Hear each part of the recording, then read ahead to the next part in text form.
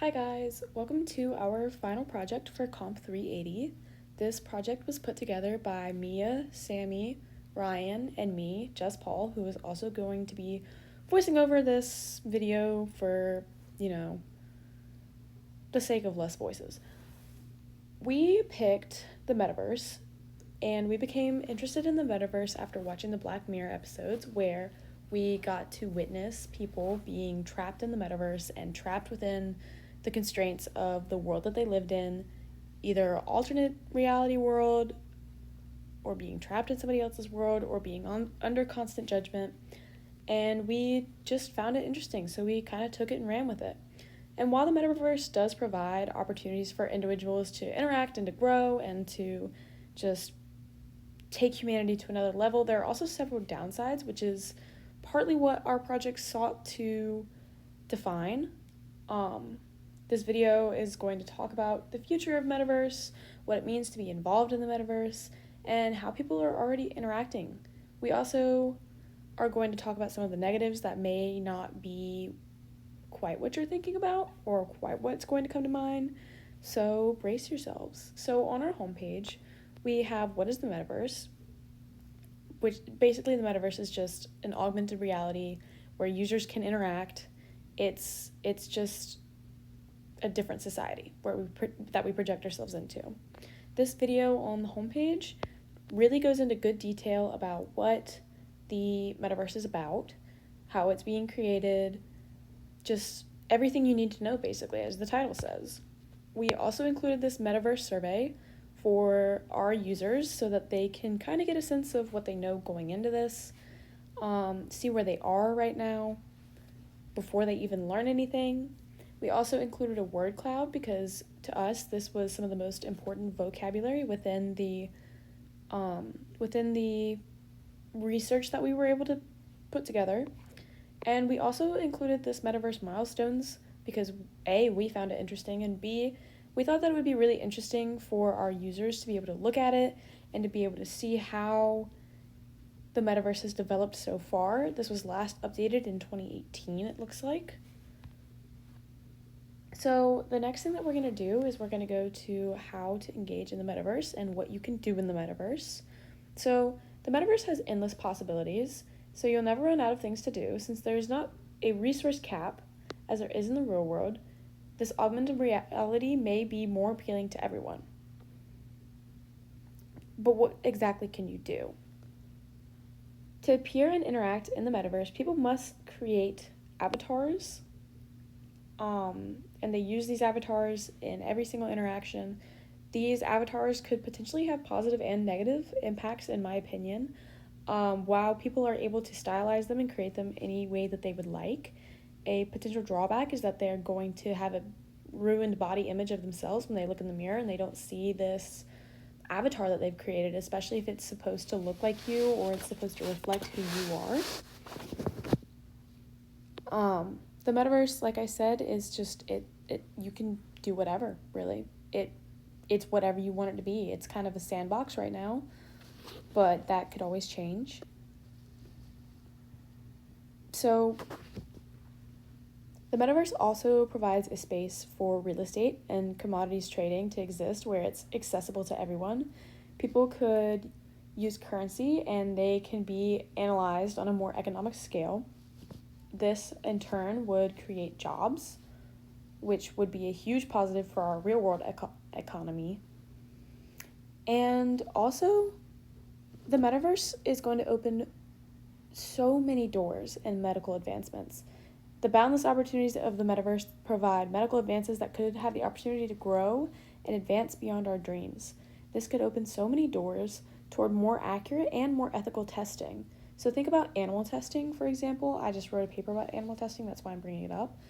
There's a lot of controversy surrounding the ethics of animal testing, and with the advancements in the metaverse, potentially this could provide a new way to test all kinds of things. It could also arise more ethical issues. However, it could also provide us a new way to approach all kinds of testing. We also included a video about how how the metaverse is being used in medicine already, which is absolutely amazing. Also, just to bring in our users a little bit more, we included this QR code, which I'm not going to spoil for you because it's pretty cool, in my opinion. I guess it kind of does spoil it here, but we included this QR code for our users to explore the Northern Lights, which is another potential positive of the metaverse because, let's face it, travel is expensive and it's not accessible to everybody, and I know that people want to travel. The metaverse could provide this ability for people to travel and see things and experience things that they would never be able to experience otherwise. So who's in control of the metaverse? You may be wondering. Large tech companies are at the helm for the development of the metaverse. They're aiming to create this realm where everyone can interact, and they push the positive aspects of communication, education, and self-expression, but what are the downsides? What are the potential negatives that these companies fail to disclose? The biggest problem between the standard person and these big tech companies that are in charge of developing the metaverse is transparency.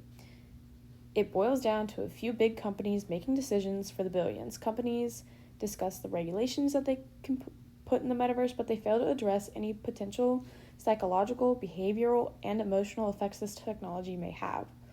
So let's explore the challenges that may come along with indulging yourself in an alternative world. We're going to start with the social challenges. We're going to start really with personal privacy. Because let's face it, companies like to collect our data and really don't like to tell us what they're going to do with it. Why would this be any different than with the metaverse? Why would any of this change?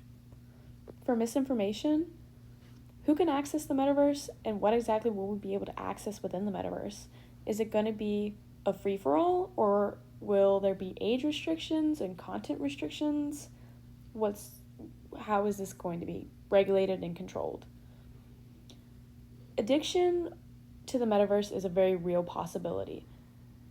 Humans are already addicted to their phones and their social medias, so who's to say this kind of technology introduction would be any better? What's going to make the metaverse less addictive?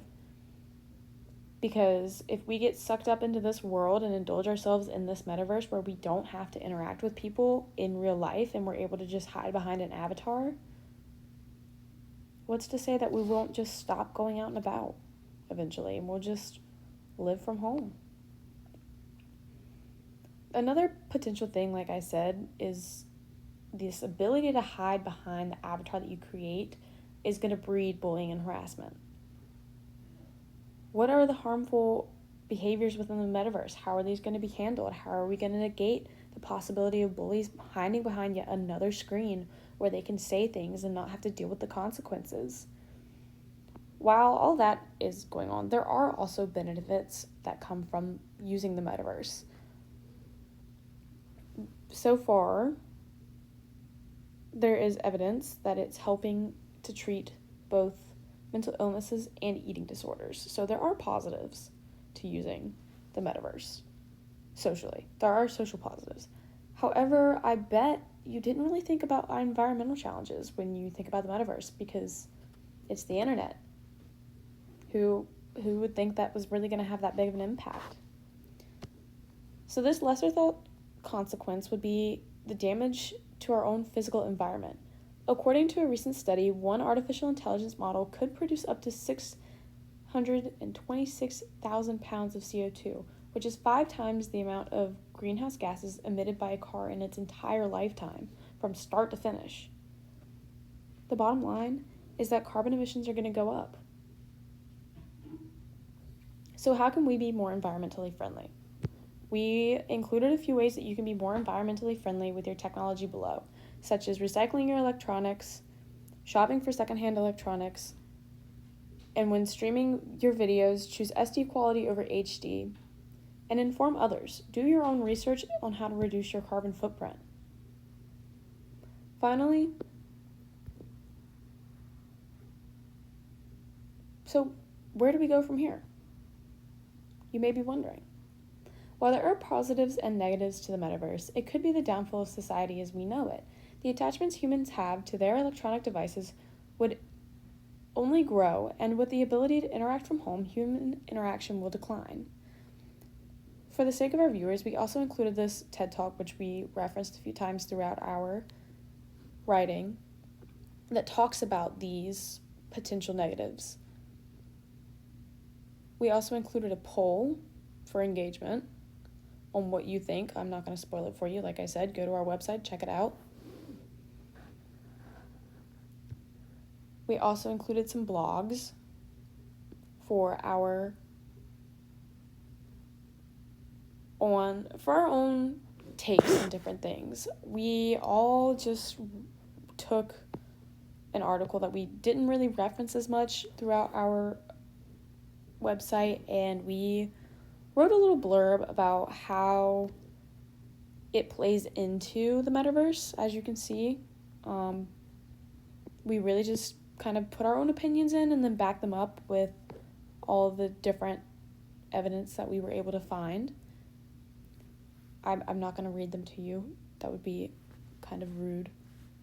Finally, we also included this test your knowledge section where you are able to take a quiz and see what all you've learned, what all you can retain, and if you wanted to do a less strenuous activity, you can engage in a nice word search that has several of the words that we thought were the most important.